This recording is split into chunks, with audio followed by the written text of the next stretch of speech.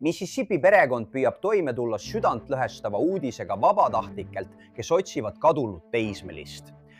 Otsijad usuvad, et nad leidsid 18-aastase Nolan Xavier Wellsi surnukeha pärast seda, kui ta läks 4. juulil koos sõpradega paadireisile ega tulnud enam tagasi. Mis juhtus seal vee peal? Miks oli Nolan ainus oma sõpruskonnast, kes kaldale ei naasnud ja mis saab edasi vastuste otsimisel? Ma räägin ühega United Cajun Navy liikmetest, kes oli otsingutel kohal, kui laastavad uudised saabusid. Tere tulemast saatesse Sidebar, mida esitleb Law and Crime. Mina olen Jesse Weber. 4. juuli, iseseisvuspäev. See on püha, mida paljud inimesed veedavad vee ääres üle kogu Ameerika Ühendriikide, alates rannapäevadest Atlandi ookeani ääres kuni paadipäevadeni järvel. See peaks olema lihtsalt suurepärane viis veeta kuum suvepäev. Aga nagu me teame, on veega seotud ka palju ohte. Ja see väike saar nimega Horn Island on nüüd saanud ühe surmajuhtumi uurimise keskpunktiks. Horn Island on pikk ja kitsas tõkkesaar Mississippis Pascagoulast lõunas. See on osa Mehhiko lahe rannikust. Sinna pääseb ainult paadiga. See on Ameerika Rahvuspargi teenistuse andmetel, nii et ligipääs on piiratud, eks? Nüüd perekonnaliikmete ja Jacksoni maakonna Mississippi šeriifi büroo andmetel läks 18-aastane Nolan Wells laupäeval koos mitme sõbraga Horn Islandile. See noor, heas vormis söödupüüdja Southwest Mississippi kogukonna kolledži jalgpallimeeskonnast nähti viimati sel päeval umbes kell 15:00. New York Post teatas, et ta, tsiteerin, rääkis tüdrukuga Horn Islandi põhjaosas. Kui tema kadumisest teatati, asusid mitmed ametkonnad tegutsema. United Cajun Navy, nende operatsiooni juht Josh Gill, postitas nädalavahetusel Facebooki otsingu kohta. Umbes 6 jalga pikk, 180 naela nähti teda viimati Horn Islandi põhjaosas. Mehed, teda pole siiani leitud. Okei, ta rääkis viimati ühe tüdrukuga seal põhjaosas. Ta läks eile koos mõne sõrraga paadiga Horn Islandile. Temast pole peaaegu 24 tundi midagi kuulda olnud. Nii et poisid, kui te olete seal väljas kalastamas, kui te olete seal, teate küll, jetiga sõitmas või mida iganes te teete, hoidke Nolani suhtes silmad lahti. Nüüd räägin ma kohe Cajun Navy asepresidendi Brian Trasheriga. Ma tahan saada paremat aimu, milline see otsing oli, sest ta otsis aktiivselt Nolani, kui arvatakse, et Nolani keha leiti. Nolani ema Kristin sai kätte need fotod, mille Nolani oli ilmselt teinud koos sõpradega paadil päeval, mil ta kadunuks jäi. Ta ujutas sotsiaalmeedia nende fotodega üle, paludes kõigil, kellel on infot, võtta ühendust võimudega. Ja seni pole selge, mida Nolani sõbrad võimudele ütlesid, kui nad teatasid, et ei leia teda. Kuid šeriifi büroo andmetel märkas just pargivalvur esmaspäeva hommikul umbes kell 8:45 üht surnukeha. Võimud pole ametlikult isikut avalikustanud. Ilmselt ootavad nad endiselt DNA-testi tulemusi. Kuid Jacksoni meediakanal WPT teatas, et kohtuarst ütles, et pole põhjust arvata, et see ei ole Nolan. TMZ andmetel oli surnukeha vees saare loodenurgas. WAPT teatab ka, et lahkamine on plaanitud tänaseks, teisipäevaks ja me võiksime teada saada palju rohkem, kui need tulemused avaldatakse, kuid see võib võtta nädalaid. Seni kaua püüab tema perekond lihtsalt leppida sellega, et see juhtus. Et see noormees, ülikooli teise kursuse tudeng, kes oli tuntud oma oskuste poolest jalgpalliväljakul ja kellel oli kogu elu ees, on nüüd surnud. Ta suri päeval, mis pidi olema lihtsalt tavaline veesõit. Ja Kristin kinnitas selle südantlõhestava uudise Facebooki postituses. Tsitaat. Soovin tänada meie perekonda, sõpru, kogukonda, United Cajun Navy't, kohalikke korrakaitseid ja kõiki teisi, kes on viimastel päevadel pakkunud armastust, toetust ja ressursse. Tema isa, meie perekond, sõbrad ja mina oleme täiesti laastatud, sügavalt kurvad oma armsa poja pärast, kes oli alati valmis teisi rõõmustama ja toetama. Nolan oli eriline hing. Jumal võttis aega, et meie poega luua. Palun andke mulle ja mu perele aega leinata. Edela Mississippi kogukonna kolledži president andis samuti välja avalduse, öeldes tsitaadina. Kogu Southwesti pere on murtud südamega, kui me leiname Nolan Wellsi traagilist kaotust. Nolan oli eeskujulik õpilane, sportlane, sõber ja meeskonnakaaslane. Me mäletame Nolanit kui väga lugupeetud noormeest, kes oli sõprade, õppejõudude ja töötajate seas väga populaarne. Me armastame Nolanit ja temast tuntakse väga mitmel moel puudust. Meie jätkuvad palved on nüüd ja edaspidi Veltsi perekonnaga. Alguses postitas Kristin Facebooki sõnumi, et GoFundMe lehte pole veel loodud ja kõik lehed, mis on loodud, on pettus. Kahjuks oleme seda varemgi näinud teistes juhtumites, kus keegi kasutab juba niigi traagilist olukorda ära. Aga pärast seda lõi üks sõber ametliku annetuskampaania. Lisame selle lingi episoodi märkmetesse, kui soovite panustada, annetada või mingil moel toetada. Ja GoFundMe lehe andmetel, tsiteerin, kasutatakse kogutud vahendeid matuse- ja mälestuskulude, mälestustseremooniate ning kõigi täiendavate kulude katteks, mis on seotud Nolani mälestuse austamisega. Kõik ülejäänud vahendid aitavad toetada perekonda, kui nad seisavad silmitsi ees ootavate raskete päevadega. Kuidas me siia jõudsime? Mis läks valesti? Mis viis selleni, et noor mees kaotas oma elu? Kui Nolan kadus, tuli palju inimesi appi otsingutele, sealhulgas ka niinimetatud United Cajun Navy. Kuulge, las ma ütlen kiiresti midagi. Vaadake, ettevõtte juhtimine on niigi raske, aga miks teha seda veel keerulisemaks, kui teha asju käsitsi ja sõltuda kümnetest rakendustest, mis omavahel tegelikult ei suhtle? Just siin tulebki mängu meie sponsor Odoo. Odoo on kõik ühes ärijuhtimise platvorm, millel on täielik valik integreeritud rakendusi, mis ühendavad sujuvalt kõik sinu tegevused, alates müügist ja raamatupidamisest kuni tootmise ja isegi tarneteni. Odoo suudab automaatselt koostada professionaalse ja stiilse välimusega müügitellimusi, arveid ja tarnijate arveid ning see saab automaatselt määrata müügimeeskonnad ja saata e-posti teavitusi igas müügietapis ning kasutada isegi tehisintellekti, et koostada aruandeid, mis aitavad sul otsuseid langetada. Tootmise jaoks saavad nende rakendused sünkroonida laoseisu reaalajas tootmise ja ostuvärskendustega, nii et sul ei saa kunagi kaup otsa. Raamatupidamise puhul on ka see täielikult automatiseeritud. Odoo saab koostada arveid, jälgida kulusid ja isegi kokku võtta andmeid tehisintellekti abil, säästes sulle sadu tunde. Tead, mis on kõige parem? Saad valida oma rakendused ja isegi luua kohandatud töövooge, nii et kõik on täielikult sinu ettevõtte vajadustele kohandatud. Viige oma ettevõtte järgmisele tasemele, konsulteerides juba täna tasuta Odoo eksperdiga aadressil odoo.com/odoo.com/board. Kui Nolan kadus, tuli palju inimesi appi otsingutesse, sealhulgas organisatsioon nimega United Cajun Navy. Tahan tervitada Brian Trasherit, Cajun Navy asepresidenti. Ta osales sellel nädalavahetusel toimunud otsingutes, mis, nagu me just rääkisime, lõppesid nii traagiliselt. Brian, aitäh, et tulid saatesse. Mul on väga kahju. Ma tean, et sa oled paljudes otsingutes osalenud. Ja kui midagi sellist juhtub, siis on see muidugi väga raske Nolani perele ja sõpradele, aga ma kujutan ette, et ka sinu jaoks on see raske aeg.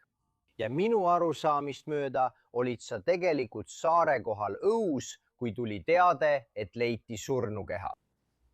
See on õige ja pühapäeval 5. juulil läksid päästespetsialist ja droonioperaator paadiga välja ning veetsid mitu tundi saarel ja selle ümbruses.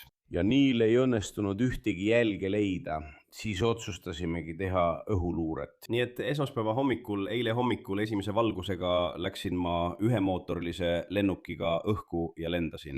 Põhimõtteliselt ruudustiku järgi Horn Islandi, Ship Islandi ümbruses, mis on tõkkesaared otse Biloxi ja Pascagoula, Mississippi lõunaosas, kuni Chandelier Islandsini, mis tegelikult kuulub Louisiana osariigi alla, kuid asub otse nende tõkkesaarte lõuna pool.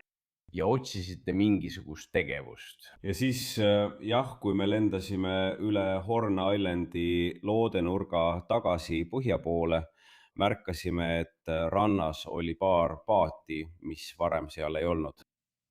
Ja ma sain alla vaadata ja nägin, et midagi toimus. Siis tegime tiiru ümber, selleks ajaks oli sinna juba palju rohkem korrakaitsepaate jõudnud.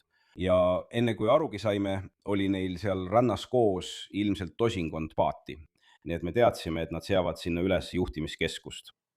Milline see otsingu tegevus oli? Ma mõtlen, ma tean, et sellega oli seotud mitu inimest. Kuidas see algusest peale välja nägi ja kui kiiresti te suutsid abi pakkumiseks mobiliseeruda? Ma arvan, et me saime esimese kõne 4. juuli õhtul, kui hakkas juba hämarduma ja Nolanist polnud ikka veel midagi kuulda ning ta polnud koju jõudnud. Ja siis ma usun, et järgmisel hommikul 5. kuupäeval viis keegi tema ema paadiga tagasi saarele, et seal ringi vaadata. Ja siis me hakkasimegi kutsuma mõningaid meie Mississippi haru vabatahtlikke, mobiliseerisime paar vabatahtlikku, nagu ma ütlesin, ja paadi ning läksime sinna otsima.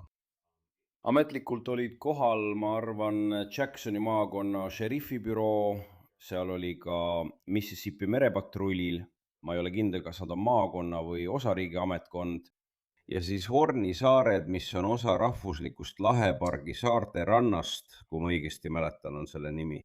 Ja Neil on pargivalvurid, kes teevad suurepärast tööd, hoides palju harrastuslaevnikke ja ujujaid ning teisi turvalisena. Ja just üks neist pargivalvuritest leidis eile hommikul umbes kell 8:45 keskvööndi aja järgi Nolani säilmed. Ma tahan sellest kohe rääkida, sest mul on mõned küsimused nende võimalike säilmete kohta siin. Esiteks, milliseid ressursse pakub United Cajun Navy, mida tavapärasel õiguskaitsel või teistel ametkondadel lihtsalt ei ole? Ma mõtlen, mis rolli te täidate? See on huvitav. Me oleme sellest rääkinud, kuidas neid võib-olla peaks lubama Nancy Guthrie uurimises abistada. Aga üldiselt, milliseid ressursse te pakute? Meil on palju samu ressursitüüpe, mis on olemas ka osariigi ja kohalikel õiguskaitseasutustel, näiteks paadid, lennukid, teenistuskoerad, droonid. Erinevus seisneb selles, et meie saame need tavaliselt palju kiiremini kasutusele võtta ja see on tavaliselt ainult sellepärast, et meil ei ole nii palju protokolle. Ja lube ütleksin, mida on vaja selle otsuse tegemiseks ja ressursside väljasaatmiseks. Tänu sellele, et meil on igas osariigis harud, hoiame aktiivset andmebaasi erioskustega vabatahtlikest, kes on tavaliselt valmis ja keda saame üsna kiiresti välja saata. Ja me ei asenda neid asutusi, vaid suurendame nende võimekust. Ja tihti on näiteks šerifil või linnapeal või kellelgi teisel lihtsam öelda, kuule, ma panen oma mehed kokku. Me tegeleme kogu oma paberimajandusega või millega iganes, aga teie minge. Te lihtsalt minge ja tehke oma asja ning andke meile teada, kui midagi leiate. Ja nii see lihtsalt käibki. Nii see suhe lihtsalt toimibki. See surnukeha, mis leiti. Kas sul on aimu, mis seisus see surnukeha oli? Milline oli selle surnukeha seisund? Sest kui me kuuleme, et neil on vaja teha veel kohtuekspertiisi ja DNA-teste isiku tuvastamiseks, kas see on tavapärane protseduur? Või oli surnukeha sinu teada sellises seisus, et ei olnud võimalik kohe tuvastada, kas tegemist oli Nolana või mitte? Et ei saanud lihtsalt jäänuseid vaadates selget tuvastust teha? Jah, ma nägin surnukeha umbes 90 meetri kõrguselt õhust. Aga ma ei oska sulle täpselt öelda, mis seisus see oli. Ma võin öelda, et see ei tundunud veest läbi imbunud olevat. See oli vees ainult paar päeva. Aga siiski andis šerifi büroo välja avalduse, et neil ei ole põhjust arvata, et see ei olnud Nolan. Nii et ma arvan, et nad olid üsna kindlad, et see oli tema. Ma arvan, et ametliku teadaande viivituse põhjus on see, et kohtuarst ei saa surmatunnistust allkirjastada enne, kui ta saab DNA tõendid, mis kinnitavad, et tegemist on tõesti selle inimesega, kelle kohta nad ütlevad, et ta on surnud. Nii et ma arvan, et see on lihtsalt, ausalt öeldes, lihtsalt formaalsus. Aga ma usun, et perekond või keegi perekonnast tuvastas Nolani ja nad andsid ise välja avalduse, milles kinnitasid, et leitud olid tema säilmed ja et ta oli tõepoolest surnud. Lihtsalt selguse huvides, miks ei märgatud surnukeha varem? Ma arvan, et ma võin teile öelda, et ma hakkasin selle saare osa kohal, kuhu surnukeha kaldale uhuti, lendama umbes kell 6:30 hommikul.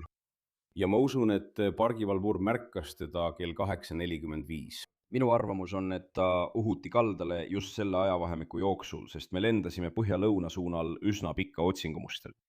Ja ma arvan, et ta lihtsalt uhuti kaldale ning pargivalvur tegi hommikul oma tavalist ringkäiku. Aga arvestades olukorda, olen kindel, et nad olid veidi tähelepanelikumad ja tõenäoliselt hoidsid saarel rohkem silmad lahti, teades, mis juhtus ja mis toimub.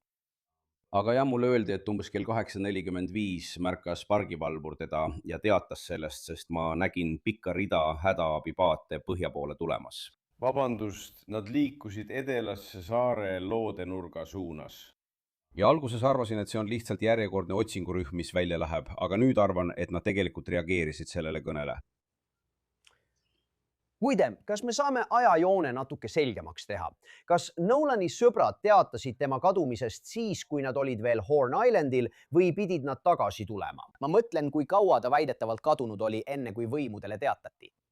Mulle räägiti, et umbes kell 3 pärastlõunal sõpruskond, kellega ta saarele läks, otsustas, et nad hakkavad lahkuma. Nad pidid tagasi minema.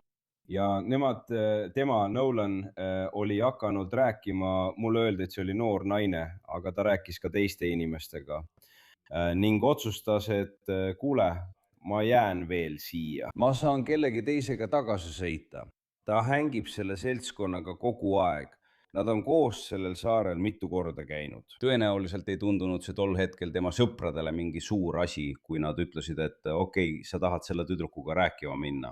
Ja kui ta sulle küüti pakub, siis ongi hästi. Näeme siis, kui koju jõuame. Nii mulle seda seletati. Hiljem, kui juba pimedaks läks ja keegi polnud temast midagi kuulnud, siis kuidagi juhtus ka nii, et tema telefon jäi paati, kus ta sõbrad olid. Nii et neil oli tema telefon, nad viisid selle tema emale tagasi.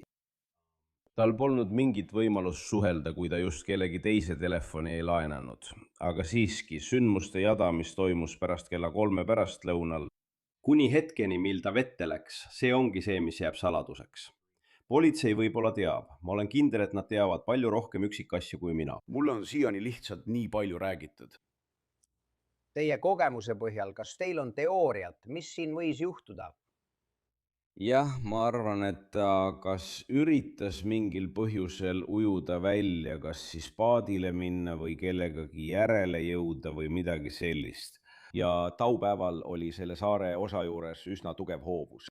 Ja kuigi ta on tõesti sportlik poiss, oli see hoovus väga tugev. Oleks olnud raske kellelgi kontrolli säilitada ja ta oleks võinud ära kanduda ning ta oleks võinud niimoodi uppuda.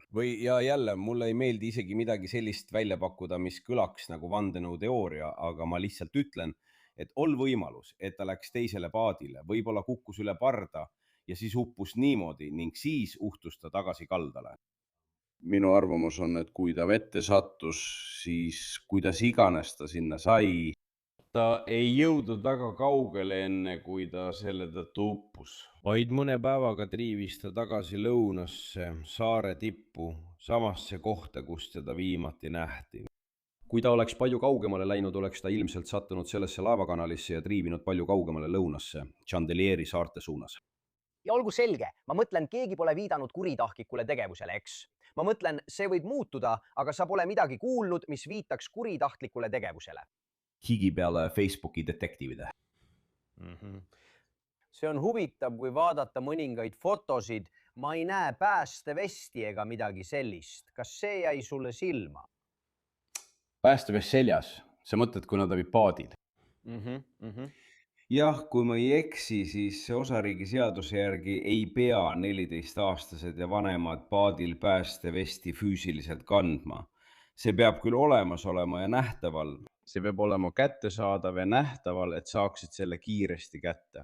Aga nende vanuses 18-aastaselt ei ole seadust, mis nõuaks, et nad peaksid paadil olles päästevesti kandma. Ja nende piltide põhjal, mida ma nägin, ei ole ma isegi kindel, kas paat liikus. Ja kui paat on ankrus, siis pole kindlasti ühtegi seadust, mis ütleks, et pead päästevesti kandma. Siis. Milline ilm oli? Kas sa arvad, et see võis rolli mängida? Ma arvan, et ainus. Asi ilma juures, mis tähelepanu väärib, oli see, et oli erakordselt palav ja UV-indeks oli väga kõrge. Nii et kui need kutid ei joonud palju vett, siis nad võisid olla dehüdreeritud, tead küll, või saada päikesepiste. See võis lihtsalt juhtuda, ma mõtlen, päike võib su täiesti ära kurnata. Nii et isegi kui, nagu ma ütlesin, ta oli noor ja sportlik, võis ta selleks ajaks, kui ta vette läks, olla juba nõrgestatud seisundis, ega teadnudki seda. Kas saaksid meile Horni saarest natuke rohkem rääkida? Mida me selle kohta teadma peaksime? Saan aru, et see pole eriti suur, seal pole ühtegi hoonet ega midagi sellist. Aga tundub, et see on väga populaarne sihtkoht, kuid sinna pääsemine on piiratud. See on õige. Nagu ma ütlesin, asub Horni saar tõenäoliselt umbes 10-12 miili kaugusel rannikust, ulatudes tõenäoliselt Biloxi linnast lõunas kuni Pascagoula linnani, mis piirneb Harrisoni ja Jacksoni maakondadega Mississippi lahe rannikul. See on väga populaarne puhkuse sihtkoht, see on asustamata. Siil on mõned väga ilusad rannad, tead, kui ilm on vaikne ja pole liiga tuuline, siis on vesi üsna selge. Veetemperatuur oli üle 25 kraadi, on 4. juuli, ilmselgelt on see rahvarohke päev, kõik on väljas. aga jah, ainus viis sinna jõuda on paadiga või võib-olla näiteks lennukiga või millegi taolisega. Aga enamasti lähevad inimesed sinna paadiga, veedavad lihtsalt mõnusat aega vees ja lõbutsevad. Sama lugu on Ship Islandiga. Ship Island asub veidi lääne pool ja sellel saarel on ajalooline kindlus Fort Massachusetts. See on seal olnud alates 1861 aastast. Veel üks populaarne koht, kus inimesed aega veedavad. Kõik Mississippi rannikul olevad saared on nädalavahetustel täis paate. See on natuke nagu Carolina Outer Banks. See on lihtsalt populaarne puhkuse koht. Kas sa oled endiselt kuidagi selle uurimisega seotud? Kas sa oled ühenduses õiguskaitseorganitega või oled sa ühenduses perega? Kas on mingit infot, mida sa saad, kui see asi edasi areneb? Sest ka lahkamine võib võtta aega enne, kui tulemused avaldatakse. Ja ma lihtsalt olen uudishimulik, millisele infole sul võib olla ligipääs? Jah, me ei ole selle uurimise osa, tead, me ei ole politseinikud, me ei ole ajakirjanikud. Meid kutsutakse ainult sellepärast, et me oleme väga head kadunud inimeste leidmisel. Ja see ongi nagu meie roll. Kui mulle lennukis raadios teatati, et leiti kadunu, tegime paar tiiru vaadates rannale seatavat dokki ja siis me lihtsalt naasime baasi. Ja minu meeskond oli juba teel, ma arvan, et see oli Mars Lake'i paatide vetelaskmiskoht Ocean Springsis, Mississippis, kuhu korrakaitsjad olid üles seadnud kogunemiskoha, kus oli ka Nolani perekond. Ja tead, meie mehed olid seal koos tema emaga püüdes teda lohutada. Aga mis puudutab uurimise siseinfot, siis kui korrakaitsjad seda vabatahtlikult ei jaga, mida ma kahtlen, siis see pole midagi, mida me teada saame. Kui neil oleks midagi, mille kohta nad tahaksid meid küsitleda või kui nad tahaksid, et me jagaksime neile mingit infot, siis me oleksime valmis seda tegema. Aga jällegi, me ei ole politseinikud, me ei ole professionaalsed uurijad. Esiteks, las ma ütlen seda. Brian, sina ja su meeskond olete imelised. Teete uskumatut tööd. Ma tean, et me oleme käsitlenud United Cajun Navy tööd ka teistes juhtumites ja mind hämmastab alati, mida te suudate sellesse panustada. Aitäh sulle abi eest selles olukorras. Aitäh abi eest, mida sina ja su organisatsioon nii paljudes erinevates juhtumites osutate. Ja ma pean lihtsalt ütlema, et see on tõeline tragöödia. Mu süda on selle perega, kes püüab toimunut mõista. Ma tahan sellel silma peal hoida. Ma tahan teada, mis juhtus. Ma tean, et sellel perel on palju küsimusi. Nad vajavad vastuseid. Aga kuulge, aitäh, et tulite siia. Veel kord, mul on kahju, et te pidite selles osalema. Mul on kahju, et see on lõpptulemus, kuid jällegi, me ootame endiselt täielikku tuvastamist. Aga aitäh, Brian, et tulid ja rääkisid sellest veidi rohkem. Ja aitäh, et mind kutsusid ja teate, kõigile teie vaatajatele lihtsalt peame püüdma kuulujutte ja vandenõuteooriaid võimalikult vähe levitada. Jah, me peame tõesti välja selgitama, mis juhtus Nolaniga kella 3 kuni hetkeni, mil teda viimati nähti. Tema perel on õigus teada täpselt, mis juhtus ja kuidas ta oma viimased hetked veetis. Aga tema sõbrad, kellega ta on olnud sõber juba lapsepõlvest saati, saavad surmaähvardusi inimestelt, kes süüdistavad neid kohutavates asjades. Ja praegu me lihtsalt ei tea, me ei tea midagi, me peame laskma õiguskaitseorganitel oma tööd teha ja faktid välja selgitada. Ja seda me palumegi avalikkuselt. Hästi öeldud. Olgu, vaatame, mis saab. Brian Thrasher, aitäh! Tänud, sõber! Ja see ongi kõik, mis meil praegu Sidebaaris teile pakkuda on. Suur tänu, et meiega liitusite. Ja nagu alati, palun tellige meid YouTube'is, Apple Podcastis, Spotify's või kus iganes te oma podcast'e kuulate. Samuti saate meid vaadata NBC Peacockis. Kui soovite mind jälgida, siis X'is, Instagramis, minu News Nationi saates Jesse Weber Live esmaspäevast reedeni kell 23:00 idaaja järgi. Näeme järgmine kord kõik.